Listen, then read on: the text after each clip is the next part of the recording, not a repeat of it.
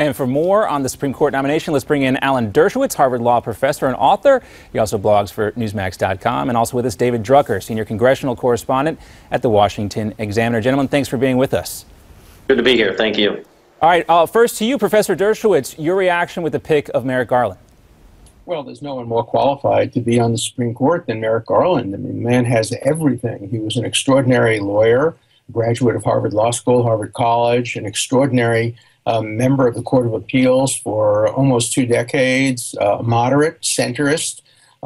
There's nobody who doesn't think he is not only qualified, but among the most qualified people ever nominated. He is basically as qualified as Chief Justice Roberts was. They were both kind of colleagues on the D.C. Circuit, and both were extraordinarily qualified. I supported Roberts, even though I'm a Democrat, and he certainly leans right, and I would hope that Republicans and others would support Merrick Garland. Well, I don't even know whether he is a Democrat or an independent, but being nominated by a president, he deserves full consideration and confirmation. In other words, under normal circumstances, he should have no trouble getting confirmed. But David, as we know, these are not normal circumstances. What are you hearing in the halls of the Senate now about this effort by Mitch McConnell? They seem pretty unified, at least on this, to stop this nomination. But is there concern from those vulnerable, like Mark Kirk in Illinois or Kelly Ayotte in New Hampshire, about the blowback from this, and it may hurt the re-election?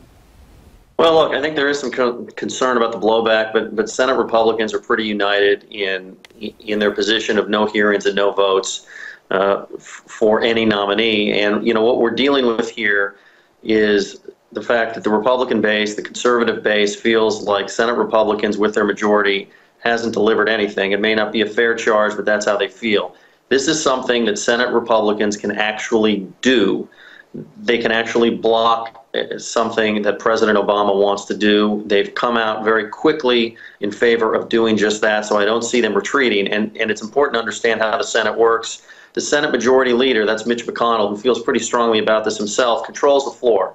If he doesn't want this nominee to get a vote, the nominee's not going to get a vote, and it's pretty much that simple. Yeah, he needs this, too, for his own re-election. He's vulnerable as well with these Tea Party types, the grassroots folks. But Professor Dershowitz, the constitutionality of this, does this set a precedent that will be abused by future Congresses to prevent the president, whether it's Democrat or Republican, from putting forth a nominee if they don't confirm or at least hold a hearing?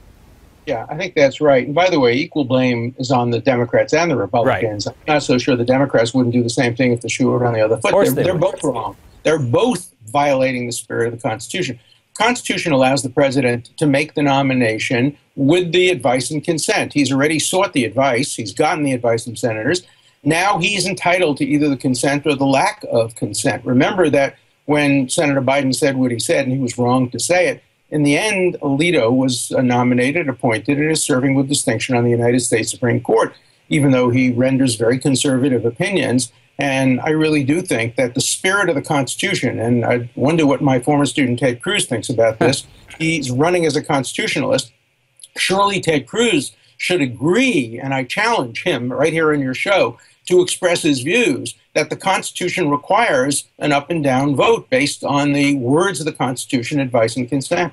Yeah, and David, it's somewhat hard to wrap your head around the fact that a lot of Republicans are using the rationale that the Democrats use as opposed to using what the Constitution says. Yeah, look, I think Professor Dershowitz is correct that there's plenty of blame to spread around here between the parties, and that the battle over judges and to what length the senators of both parties have gone to object to judges they don't want has escalated. I think some of this can trace back more recently to Senate Democrats under Harry Reid when they were still in the majority, going forward with the nuclear option that removed the filibuster for all judicial nominees except for Supreme Court nominees without requiring a 2/3 vote of the Senate to change the rules, as was required, hence the nuclear option term. And again, there's plenty of blame to go around, but I think Senate Republicans have reached a point where, number one, they feel more recently persecuted, and therefore, if lines have been crossed, they feel more willing to cross lines. And number two, just the political element here, that the Republican base is extremely unhappy with their own party on Capitol Hill, They, I think, have expected them to be able to do things to block the president that they're not actually capable of doing, but this is something they can actually deliver on. And being that we're less than a year away from an election, I'm not endorsing this or validating it, but letting you know how they feel and why they're acting that way. They felt on politically good ground and felt it was the right choice to make, notwithstanding vulnerabilities in certain elections, to make this move, and that's where we are. Yeah, that's where we are. We'll see what happens. Some down-ballot consequences potentially as well. Gentlemen, we've got to wrap it up. Thanks for being with us. Thank you. All right, we look ahead to a possible matchup between Hillary Clinton and Donald Trump. Who is really having the advantage here? We'll talk about that with our roundtable next.